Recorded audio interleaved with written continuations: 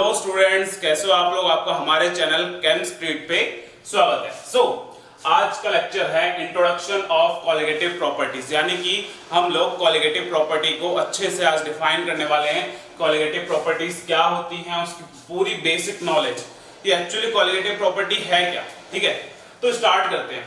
सबसे पहले colligative property में आपको ये चीज पता होनी चाहिए कि हम यहाँ पे जो पढ़ते हैं, ये पढ़ रहे हैं हम आइडियल सॉल्यूशंस के लिए, यानी कि जो कॉलिगेटिव प्रॉपर्टी है वो प्रॉपर्टी होती है फॉर आइडियल सॉल्यूशंस। और आइडियल सॉल्यूशन हम लोगों ने अभी पिछले लेक्चर्स में पढ़ा है कि कोई भी सॉल्यूशन ट्रू आइडियल सॉल्यूशन नहीं होता। ठीक है ना। और आइडियल सॉल्यूशंस की कुछ कंडीशंस होती हैं जिन पे जो सॉल्यूशंस है वो आइडियल बन जाता है। ठीक है, तो यानी कि हम क्या बोलते हैं कि ये जो प्रॉपर्टी है वो वर्क करती है फॉर डाइल्यूट सॉल्यूशंस, कि सॉल्यूशन जो है ना वो डाइल्यूट होना चाहिए, यानी कि amount of solute in solvent should be very less dilute solution. तो कॉलिगेटिव प्रॉपर्टी, पहला पॉइंट हम लोग क्या समझते हैं, कॉलिगेटिव प्रॉपर्टी आइडियल सॉल्यूशंस पे वर्क करती हैं, या हम बोले फॉर डाइल्यूट सॉल्यूशंस। तो हम ये प्रॉपर्टी पढ़ रहे हैं फॉर डाइल्यूट सॉल्यूशंस। ठीक है, सेकंड चीज, अब ये कॉलिगेटिव प्रॉपर्टीज एक्चुअली होती क्या है। तो कॉलिगेटिव प्रॉपर्टी का मीनिंग क्या होता है कि ऐसी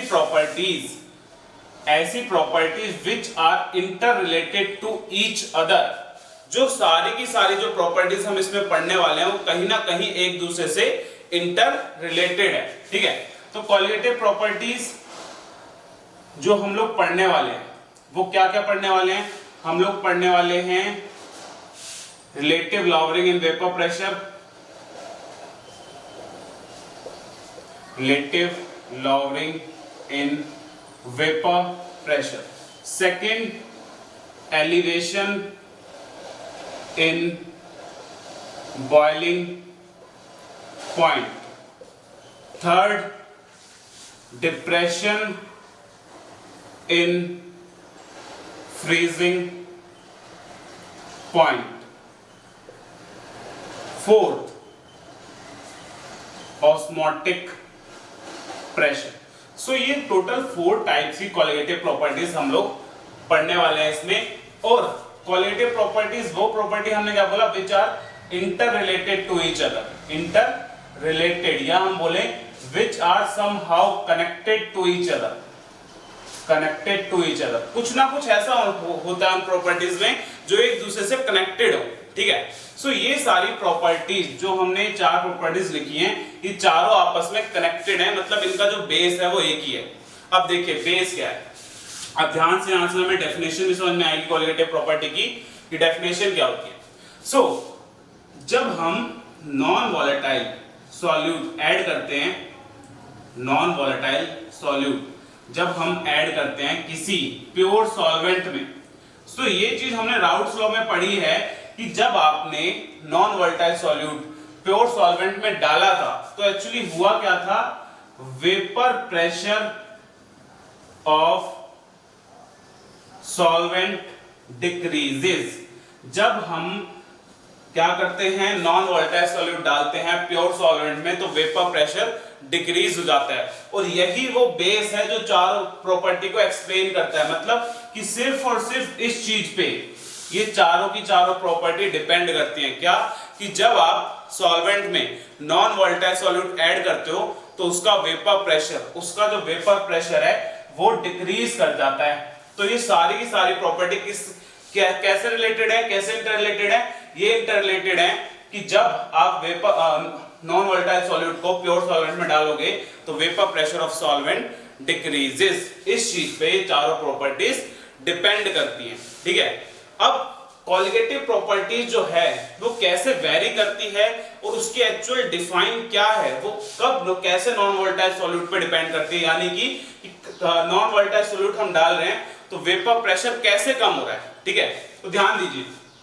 colligative property in non volatile solute के नेचर पे डिपेंड नहीं करती, ये डिपेंड करेंगी number of non volatile solutes पे, number of non volatile solute, यानी कि इसको एक एग्जांपल से अच्छे से समझेंगे हम लोग कि क्या है ये। देखिए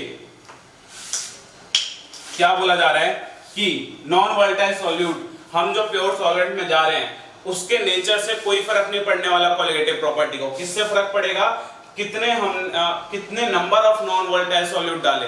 यानी कि एग्जांपल लेते हैं कि हमारे पास प्योर सॉल्वेंट है वाटर, 1 लीटर वाटर है, ठीक है, 1 लीटर वाटर। सो हम दो केस लेते हैं, दो अलग अलग कंटेनर में हमने 1 लीटर ऑफ वाटर लिया, ठीक है। एक में हमने ऐड कर दिए 20 molecules of urea non volatile solute, ठीक है, इसमें हमने ऐड कर दिए। और इसमें हम ऐड करते हैं 20 मॉलिक्यूल्स ऑफ सुक्रोज, ठीक है, ये हमने ऐड कर दिए। सो दोनों में ही हम एक डिफरेंट केमिकल ऐड कर रहे हैं, डिफरेंट केमिकल ऐड कर रहे हैं, मतलब दोनों का नेचर अलग है, दोनों अलग अलग टाइप्स के केमिकल हैं। बट जब आप इसमें नोटिस करोगे तो जितनी भी हमने कोलिगेटिव प्रॉपर्टीज पढ़ी हैं उनकी वैल्यू इन दोनों पर्टिकुलर सॉल्यूशन के लिए सेम आएगी। सेम क्यों? क्योंकि हमने दोनों में ही जो नंबर ऑफ मॉलिक्यूल्स हैं वो सेम रखे हैं, यानी कि नंबर ऑफ पार्टिकल्स जो कोलिगेटिव प्रॉपर्टीज हैं वो डिपेंड करेंगी number of non volatile solute की। नॉन वोलेटाइल सॉल्यूट आपने सॉल्यूशन में कितने डाले उस पे डिपेंड करेंगी, ना कि आपने कौन सा सॉल्यूट डाला। आप बेशक यूरिया डाल दो, बेशक सुक्रोज डाल दो, कोई फर्क नहीं पड़ने वाला। कोलिगेटिव प्रॉपर्टी दोनों के लिए सेम वैल्यू आएगी। फॉर एग्जांपल कि सपोज करो वाटर का जो वेपर प्रेशर था प्योर वाटर का, ठीक है, वो हम लेके चलते हैं, वो था 0.7 बार, ठीक है, और इसका भी 0.7 बार। सो ये डालने से, नॉन वोलेटाइल सॉल्यूट डालने से 20 मॉलिक्यूल्स, अगर इसका जो वेपर प्रेशर है इस वाले सॉल्यूशन का वो हो जाता है 0.6, यानी कि डिक्रीज हो जाता है, अगर 0.6 बार हो जाता है तो इस सॉल्यूशन का भी एग्जैक्टली 0.6 बार ही होगा, क्योंकि इसमें भी हमने सेम अमाउंट ऑफ मॉलिक्यूल्स डाले हैं। तो इससे हम लोग क्या समझते हैं, colligative properties depends on number of particle of solute, not on nature of solute. Nature of solute पे डिपेंड नहीं करती।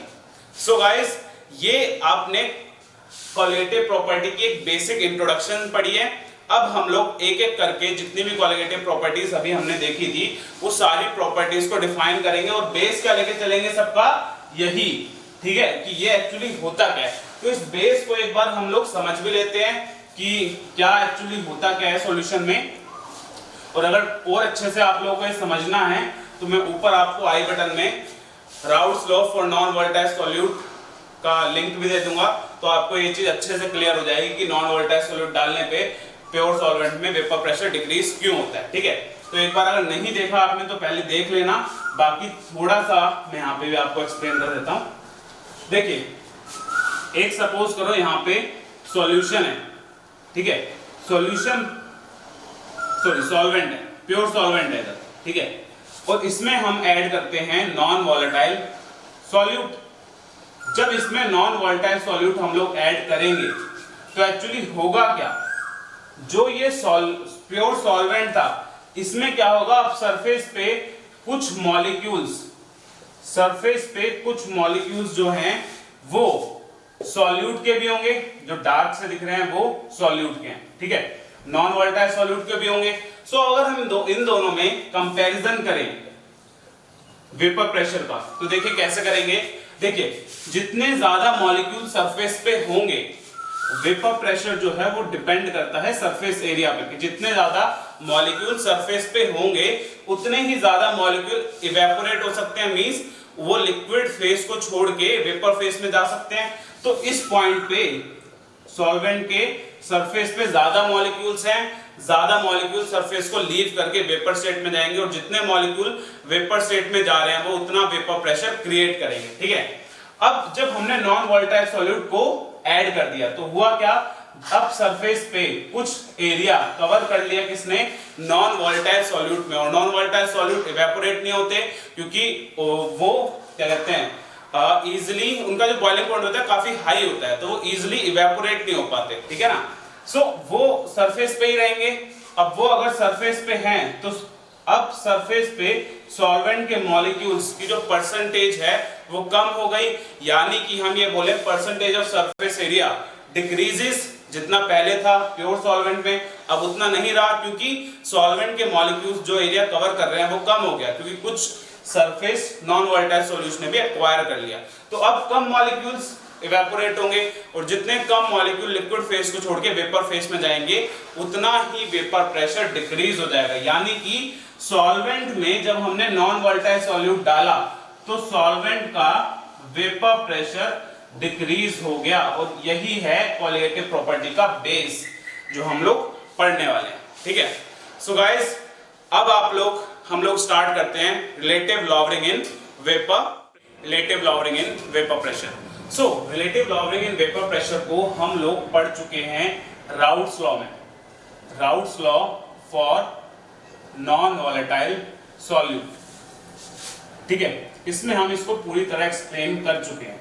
अगर आपने नहीं देखी है तो आप ये वाली वीडियोस देख लो, आपको relative lowering in vapour pressure समझ में आ जाएगा क्या है। ठीक है, तो इसकी एक्सप्रेशन हमने क्या निकाली थी, P01 minus P solution divided by P01 is equals to x2, ये एक्सप्रेशन बनती है। सो अब हम लोग इसमें क्या पढ़ेंगे, अब हम लोगों को इसमें पढ़ना है कि जो एक्चुअली में कोलिगेटिव प्रॉपर्टी है उसका यूज क्या होता है। तो हम लोग कोलिगेटिव प्रॉपर्टी का यूज करते हैं to determine unknown molar mass of solute, means determination of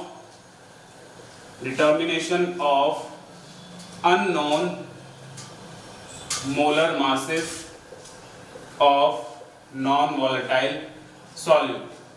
Jin non volatile solute के हमें मोलर मास नहीं पता, हम उसको डिटरमाइन करने के लिए, उसको निकालने के लिए इसका यूज करते हैं। तो देखिए हम लोग कैसे निकालते हैं। सबसे पहले इस एक्सप्रेशन को देखिए, इस एक्सप्रेशन को से ही हम लोग निकालेंगे। इस एक्सप्रेशन में अगर हम लोग इस x2 को एक्सपेंड कर दें तो x2 एक्चुअली में क्या होता है, x2 is a mole fraction of solute. So इसको हम कैसे लिख सकते हैं, number of moles of solute divided by number of moles of solvent plus number of moles of solute. ठीक है, तो इसको हम इस टाइप से लिखते हैं। देन हम लोग क्या करते हैं, इस पूरी एक्सप्रेशन को हम लोग रेसिप्रोकल करेंगे। तो रेसिप्रोकल करने पे क्या होगा, ये P01 ऊपर आ गया और P01 minus P solution is equals to हो गया N1 plus N2 bye N2। ठीक है, और N2 हमने दोनों में अलग अलग ले लिया। ठीक है, इस टाइप से हमने सेपरेट कर लिया इनको, और ये कैंसिल आउट हो जाएगा 1। ठीक है, अब इस 1 को इस साइड ले जाएंगे हम लोग, तो ये हो जाएगा P01 minus 1 divided by P01 minus P solution is equals to N1 by N2। ठीक है, और इस पूरी टर्म का और 1 का जब हम एलसीएम लेंगे तो क्या आएगा हमारे पास आएगा P01 minus P01 plus P solution divided by P01 minus P solution. ठीक है, इससे ये कैंसिल आउट और यहां आ गया हमारे पास N1 plus N2। Again reciprocal लेंगे अब हम लोग, तो रेसिप्रोकल जब हम लोग करेंगे तो हमारे पास आ जाएगा P01 minus P solution divided by P solution is equals to N2 by N1। ठीक है, तो हमारे पास फाइनली ये एक्सप्रेशन आ गई है। अब इस एक्सप्रेशन में हम लोग फर्दर एक्सपेंशन करेंगे, क्या, N2 को एक्सपेंड करके हम लोग लिख सकते हैं W2 बाय M2, यानी कि given mass of solute divided by molar mass of solute, और N1 के फॉर्मूले को हम लोग एक्सपेंड करके लिख सकते हैं W1 बाय M1। ठीक है, तो हम लोग N1 और N2 को आप एक्सपेंड करेंगे और देखिए हमारे पास क्या आएगा एक्सपेंड करने के बाद। जब हम लोगों ने इसको एक्सपेंड करा तो P01 minus P solution divided by P01 is equals to W2 by M2 multiply by W1 by M1 आएगा, वो ऊपर चला जाएगा। ठीक है, तो ये आएगा। अब इस एक्सप्रेशन में ध्यान से देखिए, अगर हम ये सारी चीजों को इस साइड ले जाएं, सॉरी M2 को हम इस साइड ले जाएं अगर, तो क्या बचेगा हमारे पास, M2 is equals to, M2 की फॉर्म में रीअरेंज करा है बेसिकली, तो क्या होगा हमारे पास W2 multiply by M1 divided by W1, ठीक है। और इसको हम नीचे ले गए तो ये क्या हो गया, P01 minus P solution multiply by P01। तो ये एक्सप्रेशन हमने निकाल ली in the form of molar mass of solute. अब इस एक्सप्रेशन में ध्यान से देखिए एक एक चीज को, जो हमने एक्सप्रेशन बनाई है, इस एक्सप्रेशन में ध्यान से देखिए। हम लोगों को ये मास हमारे लिए अननोन है, ठीक है। अब हम लोग क्या करते हैं, हम लोग अपने हिसाब से सॉल्वेंट लेते हैं, ठीक है, कि सॉल्वेंट क्या है। अगर हम अपने हिसाब से सॉल्वेंट ले रहे हैं तो इसका हमें पता है कि हमने कितना लिया, तो ये चीज हम लोगों को पता है कि गिवन मास कितना है। सॉल्वेंट कौन सा ले रहे हैं हमें पता है, तो हमें ये भी पता है उसका मोलर मास क्या होगा। देन हमने इसमें हम ऐड करते हैं नॉन वोलेटाइल सॉल्यूट, जिसका हमें मास नहीं पता, ठीक है। नॉन वोलेटाइल सॉल्यूट हम इसमें ऐड करते हैं, इसका मास नहीं पता, mass in the sense molar mass नहीं पता। बट हमें ये तो पता है ना कि हम सॉल्यूशन में सॉल्यूट कितना डाल रहे हैं, कितना इन द सेंस हमें W2 पता है कि सॉल्यूशन में हमने W2 कितना डाला। Then P01 vapour pressure of solvent, pure solvent और वेपर प्रेशर ऑफ सॉल्यूशन, ये दोनों हम लोग कैलकुलेट कर लेते हैं मैनोमीटर या बैरोमीटर। मशीन्स होती हैं जिनसे हम वेपर प्रेशर को नोट करते हैं। देखिए एक बार हमारे पास कंटेनर में सिर्फ सॉल्वेंट होगा, उस टाइम पे हम ऊपर मशीन लगाएंगे, इस टाइप की मशीन होती है, यूट्यूब टाइप की, इस टाइप की, और इस मशीन में ऐसे यहाँ पे मरकरी भरी होती है, ठीक है, और इससे हम वेपर प्रेशर नोट कर लेते हैं। तो एक बार हम सॉल्वेंट का कर लेंगे, प्योर सॉल्वेंट जब होगा इसमें, दूसरी बार जब हमने नॉन वोलेटाइल सॉल्यूट डाला तब कर लेंगे। तो हम लोग ये दोनों इजीली निकाल सकते हैं अपने आप, मतलब ऑब्जर्व कर सकते हैं। तो बचा क्या, सिर्फ M2, इसकी वैल्यू हमें नहीं पता, ये अननोन है। सो ये सारी चीजें हम अपने हिसाब से एडजस्ट कर सकते हैं, क्या वैल्यू रखनी है हमें।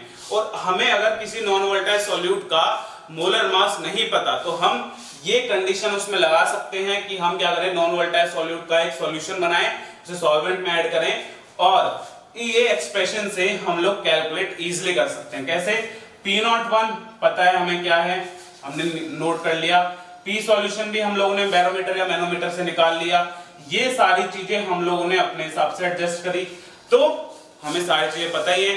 तो अननोन मोलर मास है किसी सॉल्यूट का, और हमारा जो सॉल्यूट है उसका मोलर मास अभी तक डिस्कवर नहीं हुआ है या हमें उसकी वैल्यू नहीं पता, तो हम लोग with the help of colligative property हम इजीली उसको डिटरमाइन कर सकते हैं। और सिर्फ इसी कॉलिगेटिव प्रॉपर्टी में नहीं पढ़ेंगे हम लोग सारी कॉलिगेटिव प्रॉपर्टीज में ये चीज पढ़ने वाले हैं, ठीक है। सो गाइस, ये हो गया आपका पहली कॉलिगेटिव प्रॉपर्टी खत्म, ठीक है। सो इसको अगर आपको कॉलिगेटिव प्रॉपर्टी की एक्सप्लेनेशन पढ़नी है तो मैं आपको बार बार बोल रहा हूँ, routes law for non volatile solute में हम लोग पढ़ चुके हैं, वो एक बार आप जाके देख लेना। और वो इंपॉर्टेंट है, क्यों, क्योंकि उसमें पूरा बेस है। उसमें हम ये बताते हैं कि सॉल्यूट, नॉन वोलेटाइल सॉल्यूट को जब सॉल्वेंट में डालते हैं तो वेपर प्रेशर एक्चुअली डिक्रीज होता क्यों है, ठीक है, और सारी चीजें उस पर डिपेंड करती हैं। So guys, thanks for watching this video. अगर वीडियो अच्छी लगे तो इसे लाइक करना और शेयर करना, और कमेंट में आप हम लोगों से क्वेरी अपनी पूछ सकते हो। तो थैंक यू गाइस।